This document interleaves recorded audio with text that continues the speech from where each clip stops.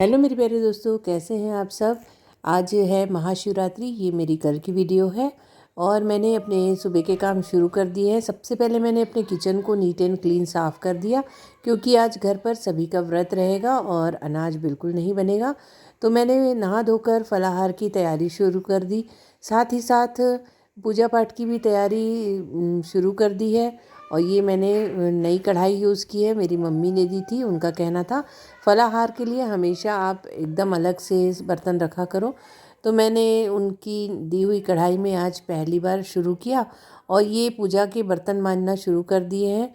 तो मैं किस चीज़ से बर्तन हमेशा साफ़ करती हूँ ये भी आप लोगों के साथ शेयर करूँगी, जिससे मेरे चांदी के, पीतल के, तांबे के सारे बर्तन बहुत ही चमकते रहते हैं हमेशा। तो मैं दिखाती हूँ आपको, ये एक प्रोडक्ट है भैया जी ऑल इन वन। इससे आप ज़रा सा यूज़ करने से भी आपके बर्तन बहुत ही अच्छी तरह साफ़ हो जाएंगे बिना मेहनत के। और ये है पीताम्बरी, इसे मैं पीतल के बर्तन साफ़ करती हूँ। तो आप देख सकते हैं कितनी अच्छी तरह ये बर्तन कम समय में साफ़ हो जा रहे हैं। बस इसी तरह मैं अब सारे बर्तनों को साफ़ करके फिर इनकी तैयारी कर दूँगी पूजा की। वैसे तो हर दिन मेरे घर पर बहुत अच्छी पूजा होती है, जैसा कि आप लोग को पता ही है। लेकिन कुछ खास अवसर होने पर और भी भव्य पूजा हो जाती है। पूरा दिन घर का माहौल बहुत ही अच्छा हो जाता है और घर के बड़े जैसी एक्टिविटी करते हैं वैसे ही बच्चों को भी सीखने मिलता है। तो घर में अगर इस टाइप के माहौल रहें तो बच्चे अपने आप ही सारी चीज़ें सीख जाते हैं, उन्हें अच्छी चीज़ें सीखने का मौका मिलता है। तो मैंने ये कुछ पूजा की तैयारी कर दी है। मार्केट से कुछ फूल, बेल पत्ती और बहुत सारी चीज़ें हस्बैंड ले आए थे। साथ में अभिषेक की तैयारी भी कर दी है और साथ साथ में फलाहार भी बनना शुरू हो गया है किचन में मेरा। तो घर पर आज सभी का व्रत है।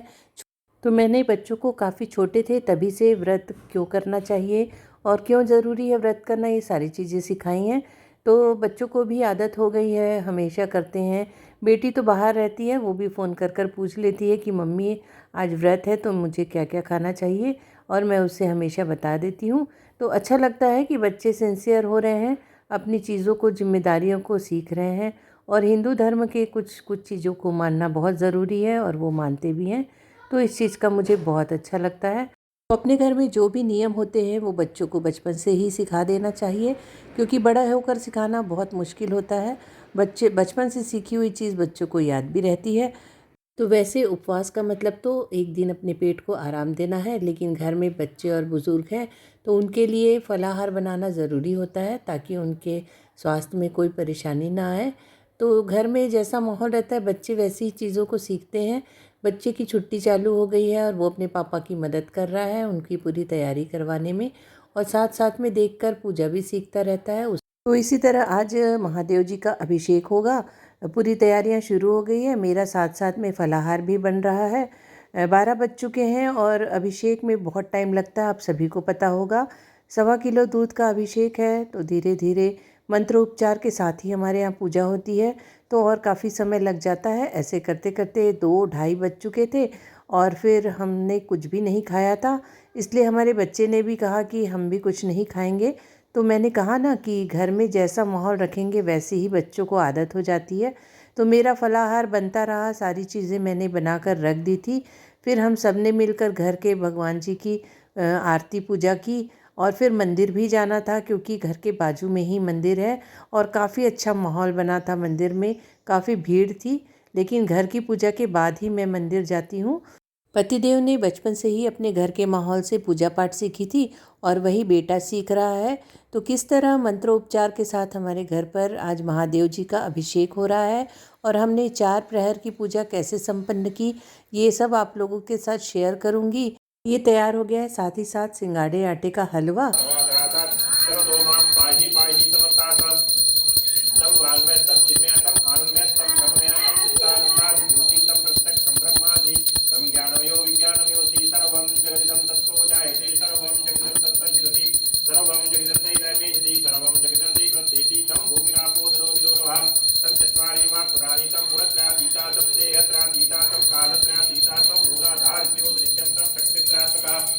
योगिनो ध्यायन् नित्यं तं ब्रह्मास्तं विष्णुस्तं रुद्रस्तं इंद्रस्तं अग्निस्तं वायुस्तं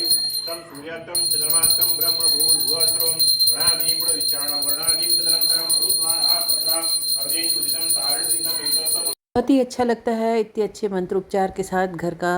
घर में बहुत ही पॉजिटिव एनर्जी आने लगती है। और अब मैं बनाने जा रही हूँ, मेरा सिंगाड़े आटे का हलवा तो तैयार हो गया है। उसके बाद मैं बनाने जा रही हूँ साबूदाने की खिचड़ी। तो मैं कैसे बनाती हूँ आप लोगों के साथ शेयर भी करती हूँ, और मेरी सारी रेसिपी आप लोगों को अब मेरी शॉर्ट वीडियो में ज़रूर दिख जाएगी। तो ये मैं बनाने जा रही हूँ साबूदाने की खिचड़ी। तो मैंने लिया है थोड़ा सा तेल, उसमें डाला जीरा और डाली हरी मिर्च और डाले हैं उबले हुए आलू। आप चाहे तो सिंपल आलू भी डाल सकते हैं।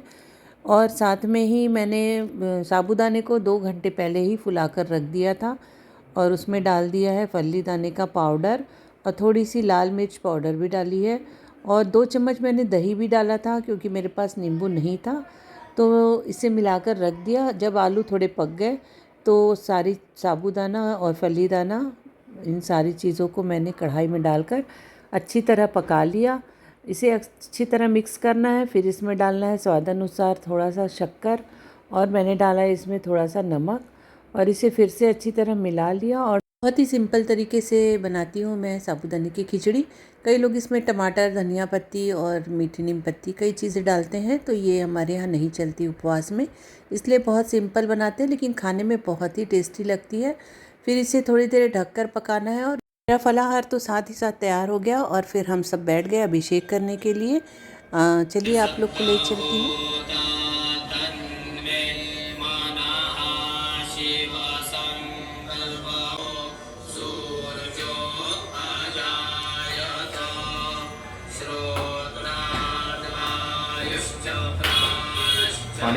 अभिषेक पूरा होने के बाद हम सब ने, घर के लोगों ने मिलकर भगवान जी की आरती पूरी की।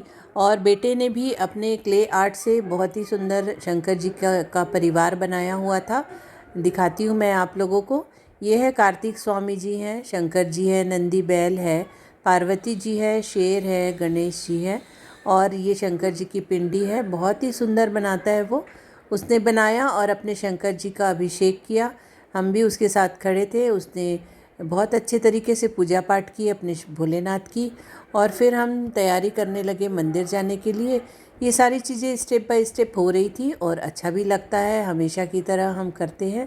फिर हम मंदिर चले गए। हमारे घर के बाजू में मंदिर है, वहाँ गए। वहाँ पे जो जो मुझे तैयारी करनी थी, मैंने कई महापुरुषों से सुना भी है और मम्मी को देखा भी है कि महाशिवरात्रि की पूजा के लिए हमें किन किन चीज़ों की ज़रूरत होती है। वो सारी सामग्री हमने इकट्ठा कर ली थी, जैसे कि धतूरे का फल था, और शिवरात्रि के दिन बेर चढ़ाने का महत्व है।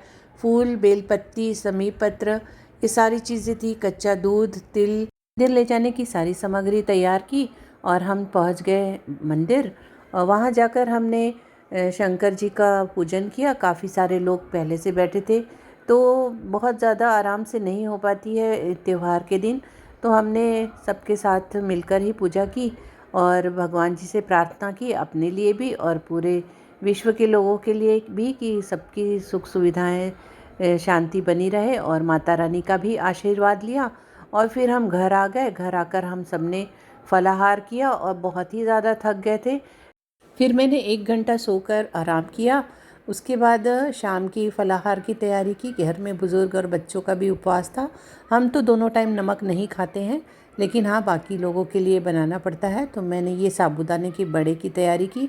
सुबह ही ज़्यादा साबूदाना और आलू भिगाकर और उबाल कर रखे हुए थे। मैंने सारी तैयारी कर ली थी, क्योंकि हमें रात के प्रहर की एक और मंदिर में जाना था। वहाँ पर हस्बैंड हर साल अभिषेक के लिए पैसे देते हैं, तो इस साल भी उन्होंने अभिषेक करवाया था। तो पूछा चलोगी, तो मैंने कहा बिल्कुल, क्योंकि आज का दिन भी बहुत अच्छा है और हमारी किस्मत है जो हमें इतने बार दर्शन करने का मौका मिल रहा है। और हम पहुंच गए, थोड़े लेट हो गए थे, लेकिन हम मंदिर पहुंचे और वहाँ बस आरती चालू ही होने वाली थी। तो हमारा सौभाग्य है कि हमें वहाँ की आरती मिली, दर्शन मिले और प्रसाद लिया हमने, और हम घर आ गए। तो इस तरह पूरा दिन आज भक्ति भाव से पूर्ण था। बहुत ही अच्छा लग रहा था। कैसा लगा मेरा वीडियो? अच्छा लगा हो तो लाइक सब्सक्राइब ज़रूर कीजिएगा, और अपने परिवार के लिए पूजा पाठ करते रहिए। इससे घर में पॉजिटिव एक्टिविटी होती है और सुख शांति बनी रहती है। फिर मिलेंगे अगले वीडियो में, तब तक के लिए बाय बाय।